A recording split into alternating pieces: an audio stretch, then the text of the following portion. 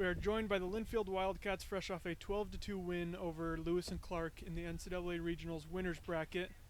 We are here with Jackson Vaughan, Brynn Nelson, and Cydney Hess. Jackson, we'll go ahead and start with you. What did you like from today's game and what you saw from your girls? I just liked our general approach at the plate today was obviously good. I thought we were, pretty aggressive overall. A few times it hurt us, but overall I thought we had a pretty aggressive mindset at the plate and set the tone real early. Again, we scored 4 runs in the first inning, and that's such a calming effect on everyone. If you can score early in the game, calms our pitcher down and then just gives us confidence that we can keep it going.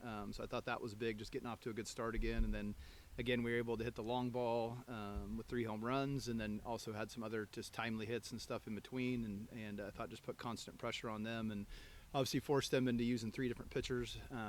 So obviously, real happy, and there's always some things we could do a little bit better, but certainly when we can hit it that way and score 12 runs, we're going to be tough to beat.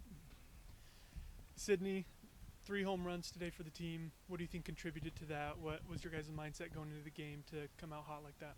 Yeah, one of the things we talked about after the game yesterday was just being more aggressive in our approaches.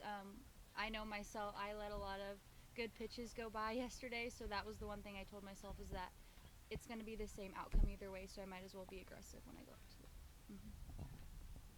All right, Brynn, you hit a homer of your own as well with 2 RBI today. How do you plan to carry that into the game tomorrow, not knowing who you're going to play yet?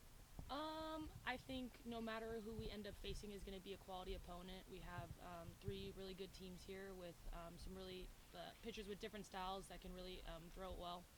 So just being able to stay relaxed in the box and being able to adjust mid-game, working on if something goes wrong in your first at-bat, being able to figure out what you did and figure out a new way to approach it. And just any way you can get on with the lineup of just so many girls who can just swing the bat so well, any way to get on is a large chance of getting the score. So. Jackson, last question here. Looking to tomorrow, if you get the win in the first game, you move on. What's your mindset? How are you going to start prepping now? I really don't think you just go play the game. I don't think you even think about the second game until you're forced to play a second game. I think we go in knowing that we want to win, obviously, the first game, and knowing we have some advantages. Like we're going to be more rested.